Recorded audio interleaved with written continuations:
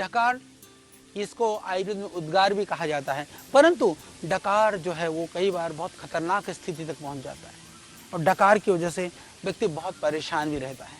और डकार में कभी कभी हमने देखा कि आदमी के मुंह में खाया हुआ अन्न तक आ जाता है, तो ये बहुत खतरनाक स्थिति है।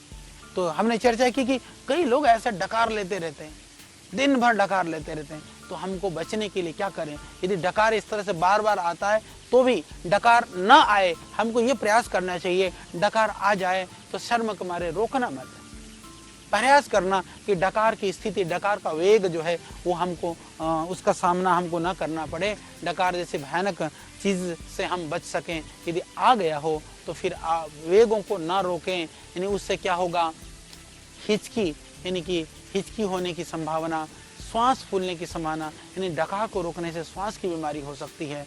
और जो कंपन की बीमारी है, कंपवात हो सकता है, शरीर में अलग अलग तरह की कंपन की बीमारी हो सकती है, बॉडी डिसबैलेंस हो सकता है।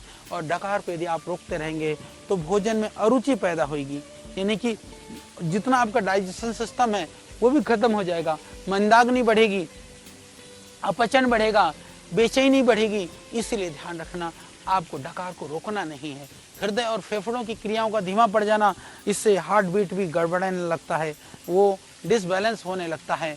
और जो श्वासन की क्रिया है, आपको नॉर्मल रूप से जो चलने की, उठने बैठने की क्रियाओं में भी इसमें फ़र्क होना शुरू हो जाता है। और डकार को रोकने से कई बार पेट में अफारा भी हो सकता है, पेट में भारीपन भी हो सकता है, खांसी भी हो सकती है। तो इसीलिए ज़रूरी है कि इस उद्गार को, डकार को रोकना नहीं है। तो हमने कहा कि जो डकार आती है तो ऐसी स्थिति हो जाती है कई बार कई लोगों की, वो बहुत खतरनाक लगता है। तो हम क्या करें? तो इसके निवारण के लिए पहले प्रयास करना है डकार ही पैदा ना हो, डकार हो जाए तो रोकना नहीं है। तो हमने जैसे आपको बताया, अब हम बात करते हैं कि इसको खत्म करने के लिए यदि डकार की बीमारी हो गई है तो हम क्या करें। डकार के लिए जैसे हमने कहा कि हल्का आहार का सेवन करें, ये बहुत ज़्यादा ज़रूरी है कि आप आहार हल्का लें, आपके शरीर में ज़्यादा वायु न बने, पाचन ठीक हो। और डकार की एक दवाई है, आप दबा करके व्यायाम करिए। डकार होते ही वायु के वेग बढ़ने की वजह से, तो इसके लिए बहुत ज़रूरी है कि आप वायु को ना बढ़ने दें।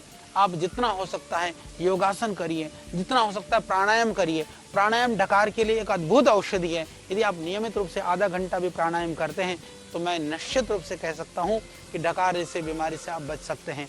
और आप आहार को अल्पाहारी हो जाइए, गर्म पानी पीजिए, ठंडा पानी बिल्कुल नहीं पीना जिनको डकार की भी परेशानी है। और ध्यान रखिए कि उनको जितने भी जो वात शामक औषधियाँ हैं उनका सेवन करना चाहिए। यदि इतनी सी बातों का ध्यान रखेंगे, इतनी सी बातों पर अमल करेंगे, और ध्यान रखिए गलती से भी कितना भी स्वादिष्ट पदार्थ हो, पेट के लिए आप थोड़ी सी जगह खाली छोड़ दीजिए तो डकार नहीं आएगा।